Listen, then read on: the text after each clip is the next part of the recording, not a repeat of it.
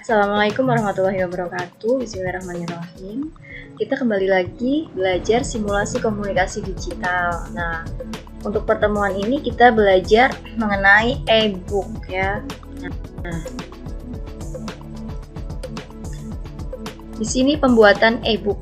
Nah, ini untuk materi terakhir di semester pertama simulasi komunikasi digital. Untuk pelajaran sebelumnya kita belajar mengenai ada teknik presentasi yang baik itu bagaimana.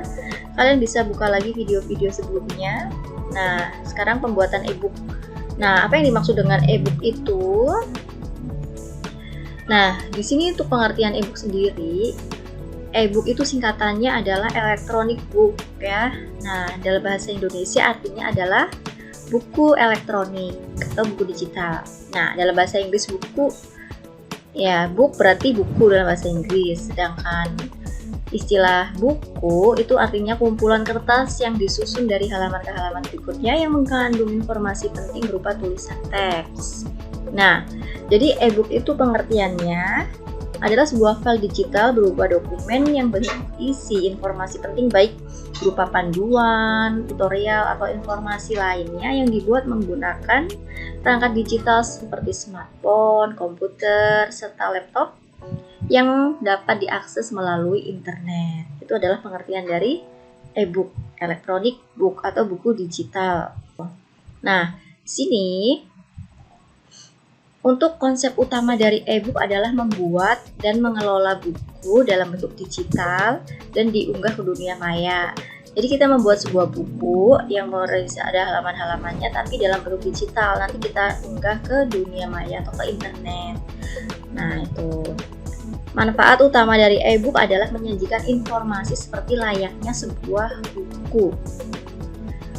Terus di sini ada kelebihan dari e-book. Nah, kita tahu kalau e-book itu adalah electronic book atau buku digital. Tentunya kelebihannya adalah tidak mudah rusak karena pengaruh fisik seperti hujan, basah, atau dimakan rayap. Nah, itu ada kelebihan yang pertama dari e-book, buku elektronik. Nah, itu dia dimakan rayap atau kena hujan ya, karena disimpan dalam bentuk digital. Nah, terus untuk kelebihan yang kedua adalah mudah dalam pembuatannya. Terus tidak memerlukan biaya yang besar untuk merancangnya.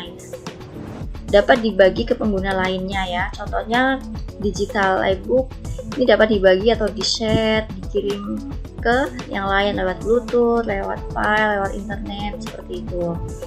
Nah, tidak memakan tempat seperti buku konvensional yang masih menggunakan kertas. Jadi kalau misalnya buku digital ini cukup disimpan di internet.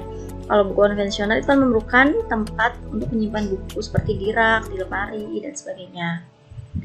Terus kelebihan selanjutnya adalah mudah disimpan ke dalam penyimpanan seperti flash disk atau memori internal lainnya. Setelah diunggah ke internet, biasanya e-book selalu memiliki backup data yang dijamin keamanannya oleh provider seperti Google Drive. Ya, ini adalah kelebihan dari e-book, electronic book, buku digital. Ini ya.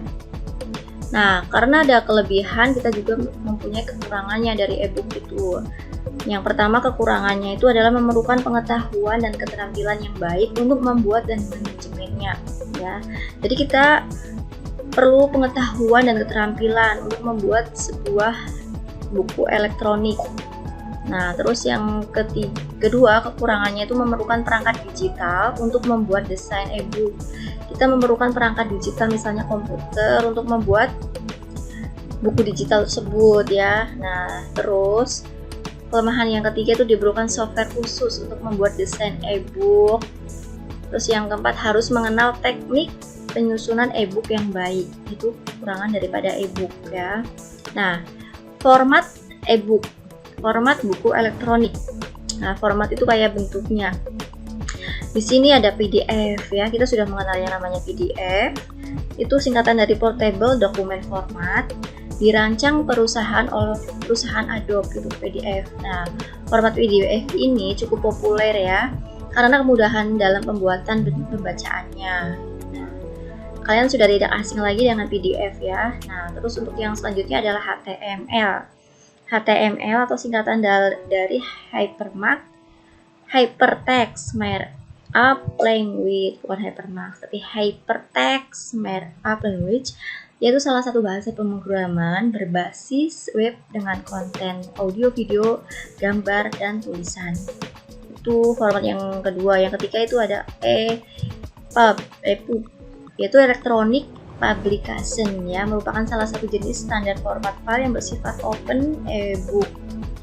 Terus ada ini ya, di EPUB EPUB lebih dikenal dalam dunia e-book karena e-book merupakan generasi terbaru yang menggunakan generasi open e-book. Nah, ini beberapa contoh dari format e-book. Masih banyak lagi format-format yang lainnya, tapi yang cukup terkenal adalah yang PDF sama EPUB gitu ya. Yang paling banyak kita gunakan sehari-hari untuk media pembelajaran ataupun lainnya adalah PDF. Nah, kita bahas untuk kelebihan EPUB tadi, Electronic Publication. Itu kelebihannya telah mendukung teknologi berbasis web seperti HTML5, Excel, XHTML, CSS. Nah, ini bahasa pemrograman semua. Terus kelebihan EPUB itu dapat disisipkan file berbasis multimedia seperti audio dan video, dapat menyesuaikan dengan lebar dan ukuran layar, monitor, perangkat digital yang digunakan user, misalnya pakai HP Android atau pakai laptop, itu tampilannya bisa menyesuaikan layar.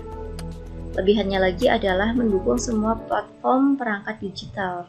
Jadi bisa mendukung dalam platform perangkat digital, bisa Windows, OS, iOS, sebagainya. Hampir semua perangkat lunak telah menyediakan format file EPUB. Itu adalah kelebihan dari EPUB. Nah, aplikasi untuk membuat e-book. Nah, di sini contoh aplikasi untuk pembuatan e-book secara gratis, artinya adalah bisa di-download secara gratis ya, tanpa harus membayar. Contohnya adalah Sigil, Calibre, EPUB Go, EPUB Maker, aplikasi Convert dengan Microsoft Word to EPUB Converter. Ini adalah contoh-contoh aplikasi untuk membuat e-book. Jadi kita nanti misalnya kalau membuat e-book untuk praktek, kita bisa ini ya, menginstal salah satu yang di sini. Kalau nggak Sigil, Calibre seperti itu. Nah, sampai di sini untuk materi pertemuan hari ini. Untuk pertemuan berikutnya nanti kita akan pelajari bagaimana membuat e-book di aplikasi Sigil atau Calibre ya. Terima kasih. Wassalamualaikum warahmatullahi wabarakatuh.